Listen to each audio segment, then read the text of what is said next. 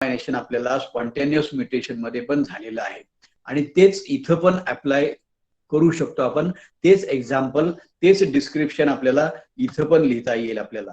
म्हणजे परत सांगतो मला, डी अमायनेशन, नोट करा, deamination can occur either spontaneously or in presence of induced or in presence of a chemical mutagenic agent or a deaminating agent. आता हे जे दोन डिअमायनेटिंग एजंट्स आहेत, नायट्रस ऑक्साईड आणि hydroxyl amine,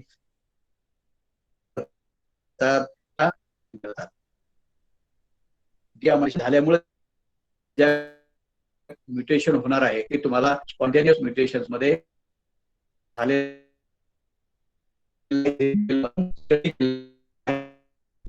repeat it again.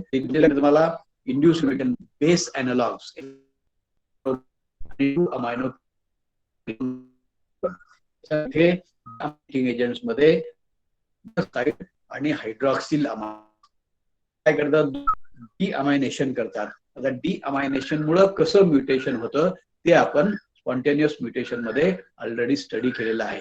तेच तुम्ही इकडे पण अप्लाय करू शकता. तिथं लिहून ठेवा तुम्ही वाटल्यास. We have discussed in detail this in spontaneous mutation.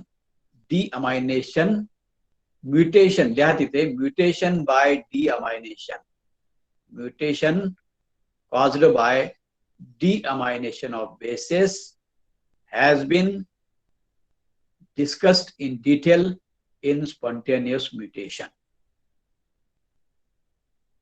तर आता परीक्षेमध्ये जर तुम्हाला विचारलं की induced mutation caused by deaminating agents किंवा नायट्रस ऑक्साईड किंवा हायड्रॉक्सिल अमाइन असं जर तुम्हाला परीक्षेमध्ये जर विचारलं तर तिथे नाही लिहायचं की तुम्हाला स्पॉन्टेनियस म्युटेशन मध्ये आपण डिटेलमध्ये डिस्कस केलेलं आहे, एवढं लिहून तिथं जमणार नाही. लक्षात आलं का? तेवढंच लिहिलं तर तुम्हाला 0 मार्क पडेल. तर तिथे तुम्हाला जे डिस्कस केलेलं आहे, you have to again repeat the answer here also. फक्त त्याला संदर्भ काय द्यायचा, this is the induced mutation caused by nitrous oxide and हायड्रॉक्सिलामाइन.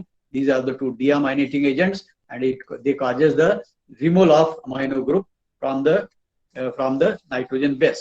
आता याच्यामध्ये तुम्हाला मागच्या सारखं दिलेलं आहे बघा, 3 बेसेसचं डिअमायनेशन होऊ शकतं, ऍडिनिनचं, सायटोसिनचं आणि ग्वॅनिनचं.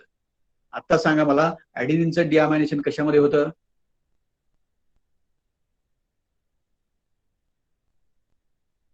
सांगा, what is the deamination product of ऍडिनिन?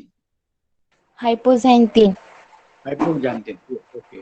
त्याच्यानंतर सायटोसिनचा डिअमायनेशन प्रॉडक्ट काय आहे? युरेसिल. युरेसिल आहे. हा, आणि ग्वॅनिनचा डिअमायनेशन प्रॉडक्ट आहे झॅन्थिन. झॅन्थिन. हा, तर हे ऑलरेडी आपण बघितलेलं आहे, तेच आपल्याला इथं परत लिहायचं आहे. ओके, म्हणजे deamination may occur either spontaneously or in presence of the deaminating agents. तर इथे आपण 2 केमिकल म्युटॅजेनिक एजंट्स बघितलेले आहेत. उद्या आपण राहिलेले 2 बघूया. आज थोड्या वेळात मी तुम्हाला पुढचं उद्याचं पाठवून देतो आणि सगळ्यांनी लिहून घेत चला. जे तुम्हाला पाठवलेलं आहे ते व्यवस्थित लिहायचं आणि थोडंसं वाचायचं पण, म्हणजे आपल्याला शिकवल्यानंतर लक्षात येईल. लक्षात आलं? तर लिहायला विसरायचं नाही. दुसरे किती कामं असले तरी अगोदर लिहा. सध्या कोविडचा काळ असल्यामुळे कदाचित तुमच्या मागे काही दवाखाना वगैरे लागला असू शकतो, म्हणजे का अडचणी वेगवेगळ्या असू शकतात, पण निदान जर कारण असेल तरच ते लिहिण्याचं तुम्हाला टाळू शकता तुम्ही. पण लिहिणं हे आपलं प्राथमिक कर्तव्य आहे आणि जर लिहिला नाही तर तुम्हाला समजायला, रोजच्या रोज तुम्ही नाही लिहिलात तर एकदम तुम्हाला लिहिणं होणार नाही. समजा तुम्ही काही आयडिया करून समजा काही तुम्ही डोक्यात ते शिरणार नाही. तुमच्या हाताखालून जर गेले एखादी गोष्ट, तुम्ही जर लिहून काढली तर तुम्हाला ती फिट बसते. 10 वेळेस वाचणं आणि एकदा लिहिणं बरोबर असते. म्हणून मी तुम्हाला लिहिण्याचा आग्रह एवढ्यासाठीच करतो. तुम्हाला झेरॉक्स पण काढता येईल, त्याची प्रिंट काढता येईल, what ever you can have. असं एवढी टेक्नॉलॉजी डेव्हलप झालेली आहे, तुम्हाला काही पण त्याचं वेगवेगळ्या मार्गाने तुम्ही त्याचा नोट्स तुम्ही घेऊ शकता, मिळवू शकता. पण एकदा पाठवलं जर लिहून काढलं तुम्ही तर ते तुमच्यासाठी जास्त फायदेशीर आहे. तर उद्याचा भाग मी आता थोड्या वेळात पाठवून देतो. लगेच लिहा संध्याकाळपर्यंत आणि वाचून मग तयार ठेवा. Okay, will stop here. थोडी संख्या करू. येस, बोला. इंडियस म्युटेशनचं जे डिअमायनेशनचं तुम्ही फक्त नायट्रस ऑक्साईड पर्यंत सेंड केलं. नायट्रस ऑक्साईड एक हा, सेकंड. तिथपर्यंत सेंड केलं.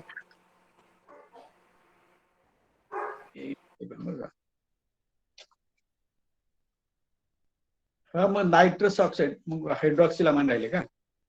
हा, ते हायड्रॉक्सिल बीट अमाइन, राहिले सर. नाही हायड्रॉक्सिल अमाइन तुमचा तो पॅराग्राफ आला की नाही त्याच्यामध्ये?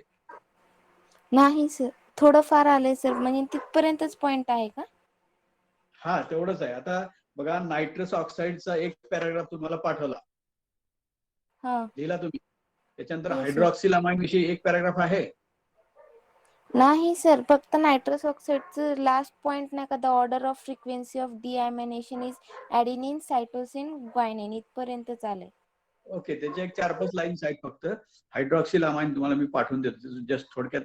पण पुढचं जे आहे ते दोन्हीसाठी सारखंच आहे. म्हणजे आयदर नायट्रस ऑक्साईड असेल किंवा हायड्रॉक्सिल अमाइन आहे, तो डिअमायनेशन करतो आणि त्याचा डिअमायनेशनचा जो इफेक्ट आहे तो आपण स्पॉन्टेनियस म्युटेशन मध्ये डिस्कस केलेला आहे.